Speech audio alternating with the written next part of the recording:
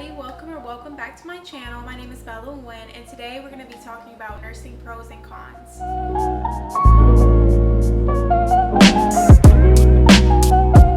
I want to provide some backstory for those of you that are new to my channel. I am a new graduate nurse. I currently work on a neuro ICU unit, and in honor of my very first Nurses Week, I wanted to come out with a couple videos celebrating us this week and just sharing some nursing information for those of you that may be in nursing school, or maybe you're interested in nursing and maybe this information will benefit you.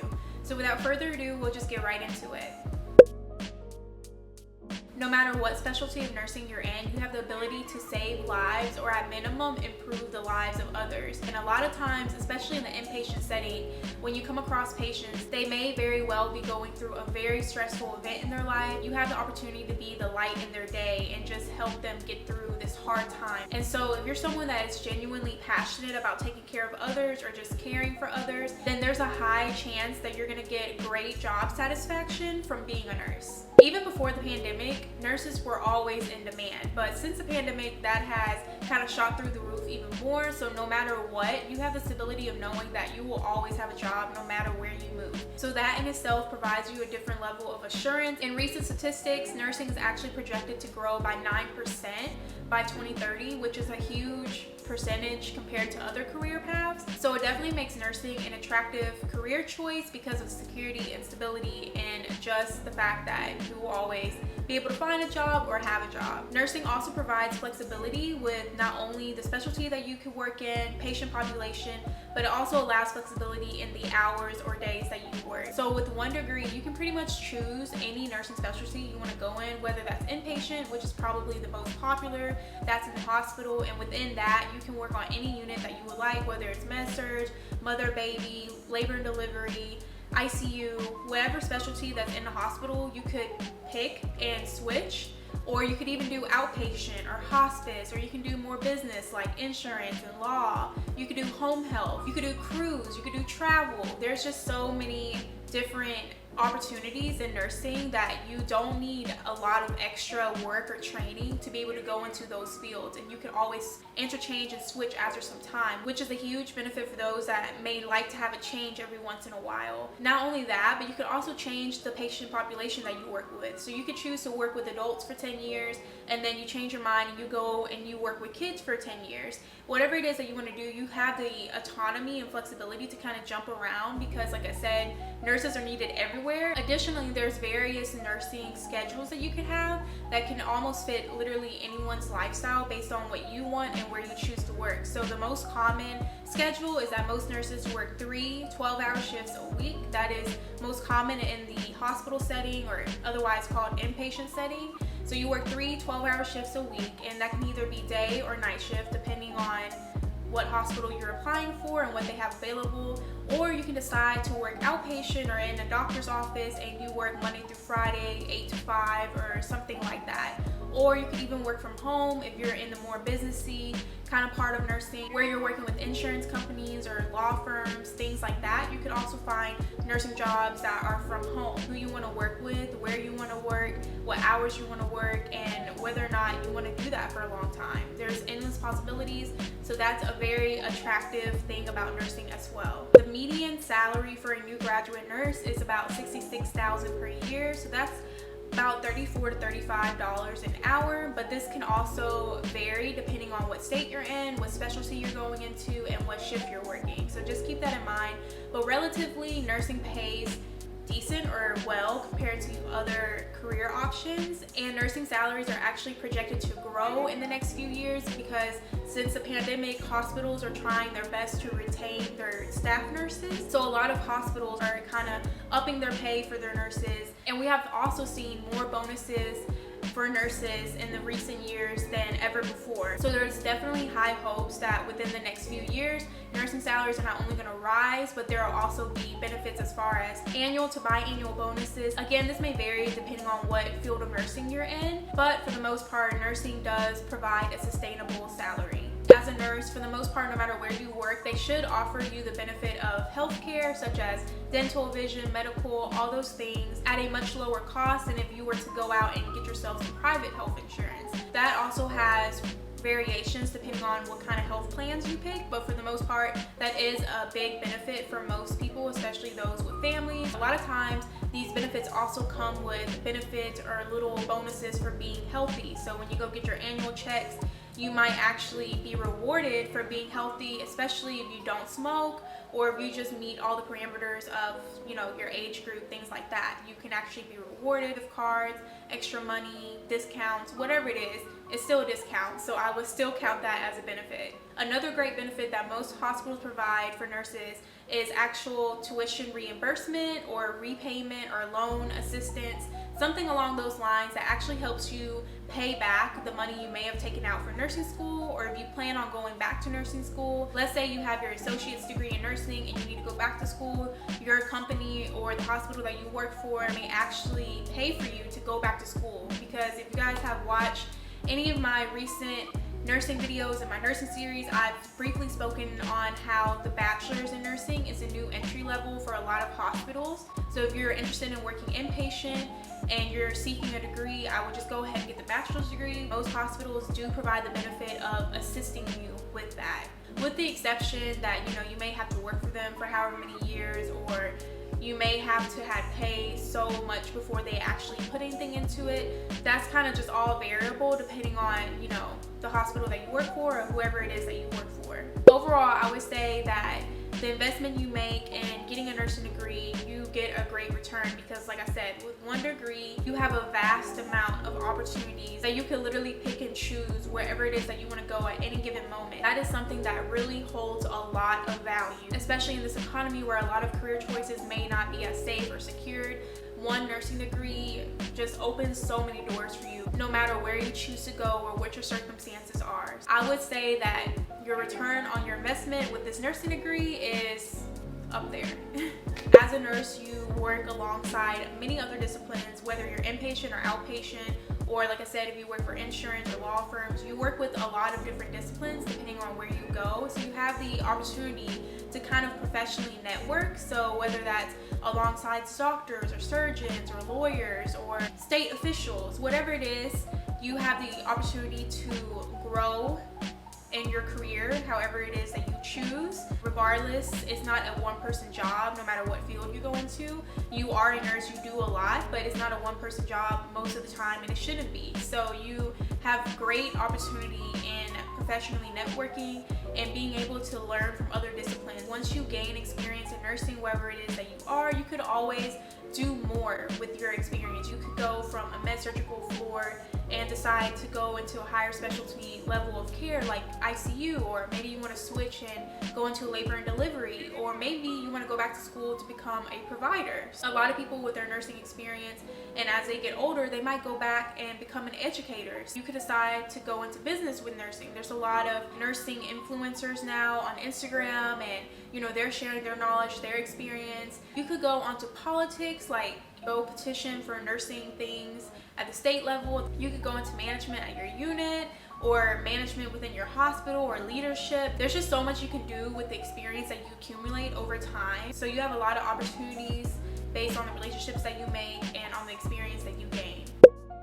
With the pandemic, there's been shortages in almost everything across the globe and across careers. But the biggest con of nursing is probably the nursing shortages, which has always been around way before the pandemic. There's always been a nursing shortage. There's been statistics that the median age for a registered nurse is 50-something years old, and a fifth of them plan to retire within the next 5 years. So prior to the pandemic, this was already an issue.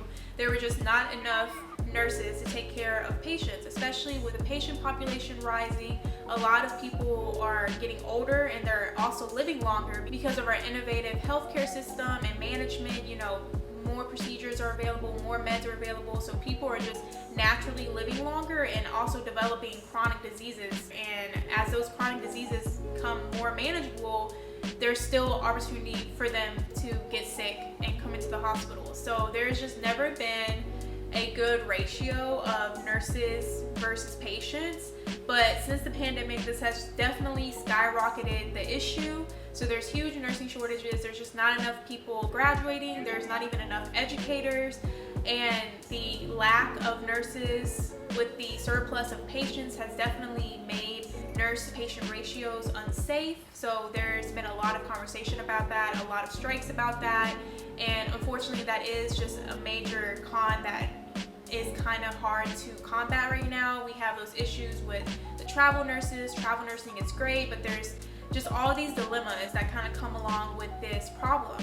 So with the stressors from these nursing shortages, a lot of hospitals are having trouble retaining their nurses, and just a combination of everything, a lot of nurses are leaving the bedside as well. So we already have this issue where we don't have enough nurses, but then the nurses we do have, they decide to leave because of all the stress from the shortage, the higher acuity of patients, the unsafe staffing ratios, mandatory overtime, lack of support, because not only are nurses leaving the bedside, but their support is leaving as well. So nursing aides, they're being overworked and they're leaving the bedside. And statistics have actually shown that most new graduate nurses, 30 to 50 something % of them, leave the bedside within the first year, and that's terrible. So that doesn't make the situation any better. So this is definitely one of the biggest pillars of cons for nursing, is the fact that we don't have enough of us. And not only that, but since the pandemic, we don't even have enough supplies, which definitely affects how you provide patient care when you don't even have the things that you need in order to care for these people. Even though you're only working 3 12s, and it may seem like, oh, you get to work 3 days, that's great, you have 4 days off. But those 3 days, those 3 12s are so exhausting and draining that seriously, you at least spend like 1 day just recuperating. So those 12 hours are very long, and most of the time it's not even 12 hours, it's more like 13 or 14 depending on your shift. And if you're working these days back to back, that's a lot on your body. And not only that, if you're working in an inpatient setting, like in the hospital, it's a 24-hour job. So you're gonna be obligated to work weekends and holidays, and there may even be seniority with that. So if you're a new graduate nurse, you might have to work more weekends and more holidays than someone that's been there for 20 years, just based on,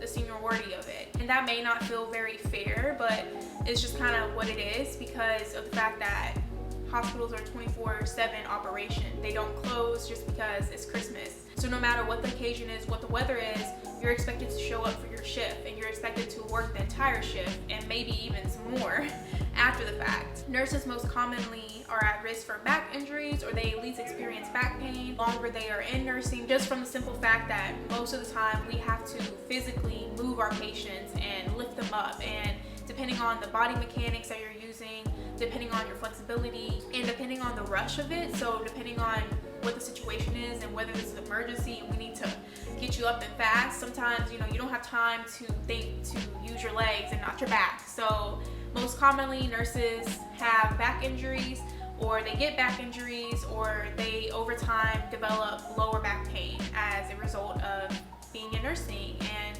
if it's not back pain, the next thing is your feet. Your feet will ache like no other. I personally had this experience getting off shift sometimes, like your feet you just want to lay down. You just want to lay down for like 24 hours and you don't want to move. And there's things to combat that, like better shoes, but for the most part as a nurse, you are on your feet a lot, and there's very minimal downtime because you are constantly having to critically think and be proactive with your patient care. And depending on what kind of specialty you're in, sometimes that requires you to be up the entire time. Or if you are on a unit where you have 8, 9 patients, how are you going to sit down when you have 8 or 9 patients that may need you at any given moment? So you are constantly on your feet and you're constantly being mentally stimulated. There's no like, I'm going to chill through the shift for the most part. And so you have to constantly think and constantly be doing things. And there's constant tasks and constant things for you to think about. And there's constant things for you to try to be proactive about. So it doesn't really allow for very much downtime. And sometimes that means like no breaks, no lunch, depending on your day, how sick your patients are, how busy you are. And that's just how it goes sometimes. Not only do you have to deal with the demands of your patients, but you might have to deal with the demands of their families. No matter what specialty you're in, nursing is involved with other people. So if you're really not a big people person, this might really deter you because you do have to interact a lot, whether it's directly with the person that you're caring for or their family members. And sometimes that could be very stressful to deal with.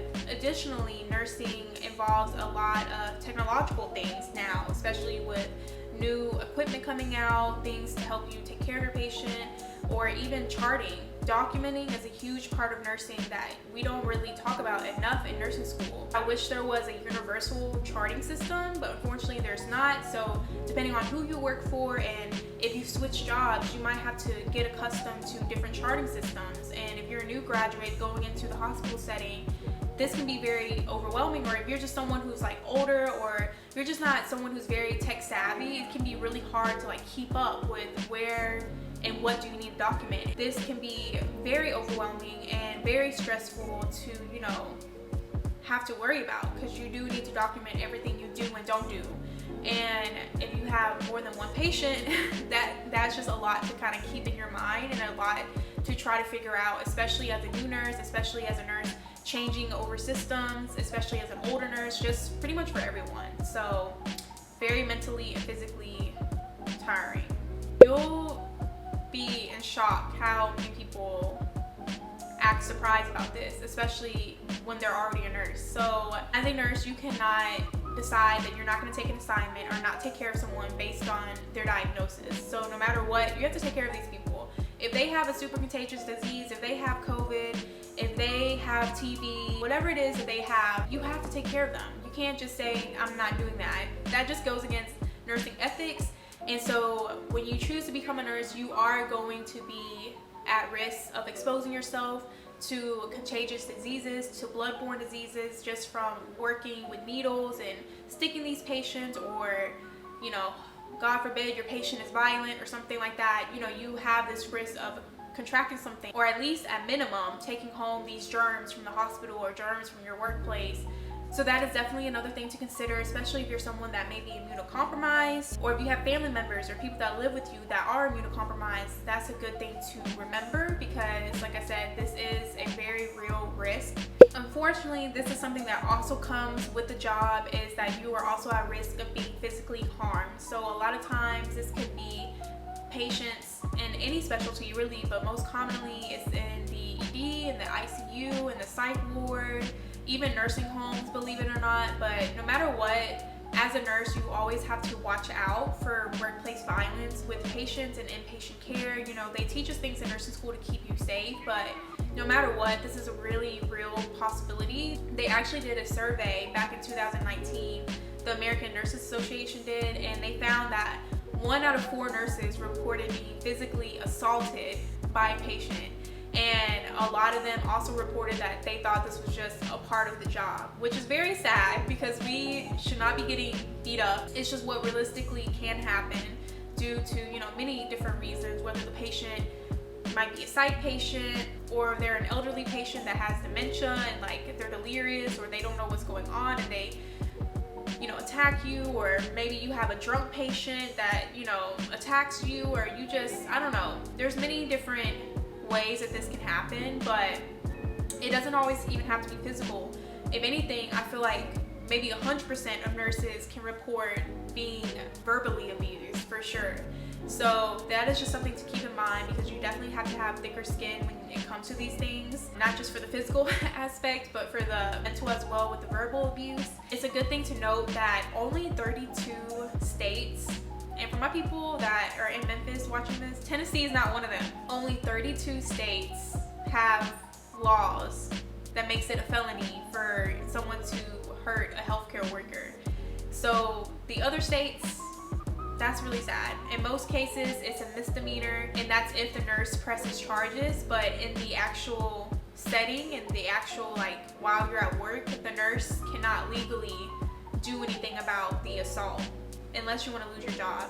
For the most part, you will lose your job if you know, punch the person back. You can, you know, protect yourself, but it's not considered self-defense if you actually harm the patient or punch them or whatever. So that is something to keep in mind, that you pretty much are kind of helpless. For the most part, there's not enough things to protect nurses in this light. Like I said, only like 32 out of what? We have 51 states, if we're including Puerto Rico, I think. It's been a minute. And I think even with the law of making it a felony, it's like they really have to like almost killed you or like disabled you for this to actually be taken as a felony.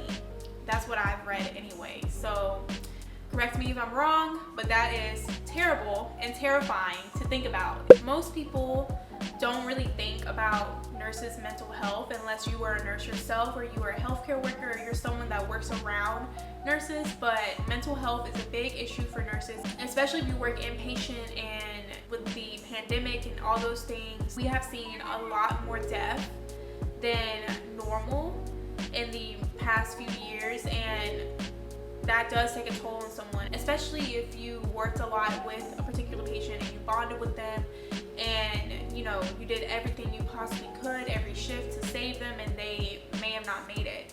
So that definitely takes a huge emotional toll on nurses. We have to go through our own grieving process with that, and just dealing with family as well, whether they're completely distraught and you have to be the one to keep it together and be there for them and be there for the patient and kind of be that voice of reason, or maybe not a voice at all, be the person to listen, you know, to take all of that in and go home.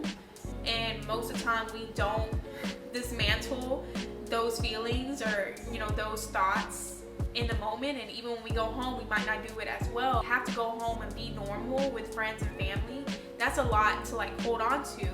And on the flip side of that, if the family is angry and, you know, they feel like you did something or didn't do something, or, you know, they're just angry about the outcomes, it's very hard to be calm and collected and know what to say or what to do, especially as a new nurse that, you know, you may just not have that much experience in this realm. It makes it very difficult to come up with something to say to, you know, alleviate the situation, if that is even possible. A lot of nurses also experience burnout, whether that's being burnt out from seeing so much death, being burnt out with dealing with high acuity patients or more patients than you can handle per shift, whether that's burnout from working so much extra time, or maybe you have to work mandatory overtime.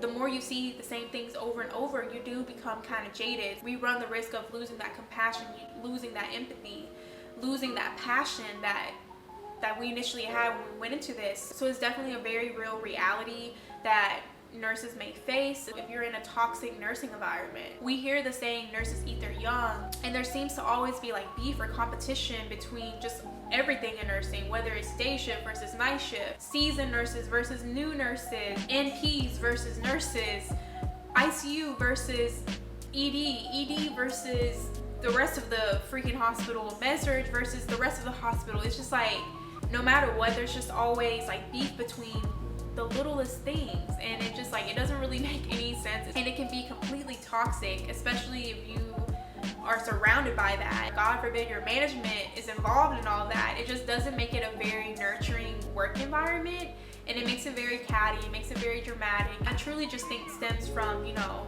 people being stressed out at baseline, and now they're just like hashing out on whatever they can, whether that's the night shift nurse or that nurse practitioner or that doctor or that whole unit, like whatever it is. It's like, I think it's just, you know, if everyone could just have a little bit more empathy and compassion for others, it would probably be a much better environment. But yeah, depending on where you're at, what hospital you're at, there's just unfortunately high chances of you experiencing a toxic environment. There's just like 10 times more pressure now on the nursing community on, you know, not making a mistake, because that is a very real possibility. Nurses do make mistakes. You know, they don't all go to trial. They're not all to this extreme extent, thank goodness. But, you know, we're humans at the end of the day. I'm not here to debate. Just a side note, I'm not here to debate about that situation. You know, I think nurses, we know. I think for the most part, nurses, we stand where we stand. And if you're not a nurse, if you're not in healthcare, you're not gonna understand. Or if you are a nurse and you are in healthcare and you're on the other side of that argument, that is on you.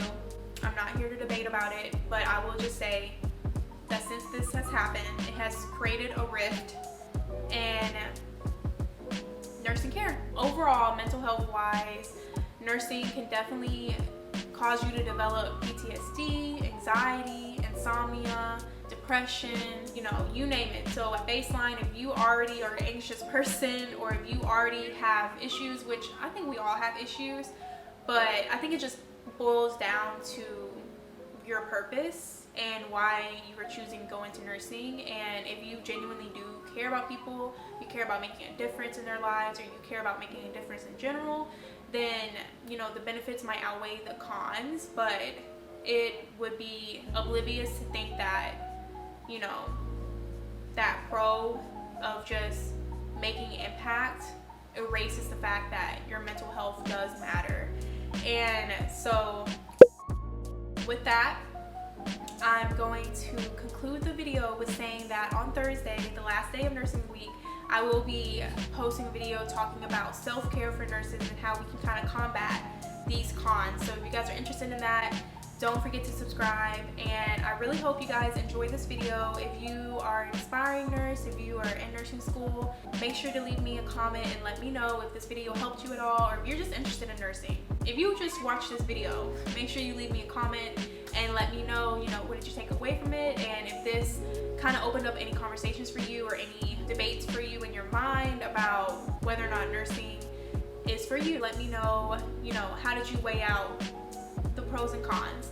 Tomorrow I'll be posting about day shift versus night shift, pros and cons. So if you guys aren't already subscribed to me, be sure to subscribe. Leave this video a thumbs up if you really enjoyed it or took something away from it. If you guys don't follow me on Instagram, be sure to go over to Instagram and follow me. I do post and interact mostly on Instagram. And as always, thank you so much for your growing support. I really and truly appreciate all of you guys from the bottom of my heart, and I hope to see you guys next time.